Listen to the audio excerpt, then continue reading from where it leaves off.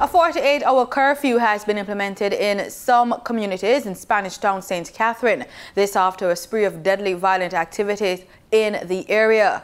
Commissioner of Police Major General Anthony Anderson gave an update after 3 men were killed in incidents the police say were linked to an internal feud in the One Order gang based in the parish. The commissioner, who visited the area, said Torres Pen, Job Lane, St. John's Road and Railway Lane will be on the curfew for the next 2 days. The police chief says that operational activities are underway to boost the security of the areas and apprehend the gunmen. He also said additional personnel have been assigned to the St. Catherine North Police, the division in which the Spanish Town communities fall.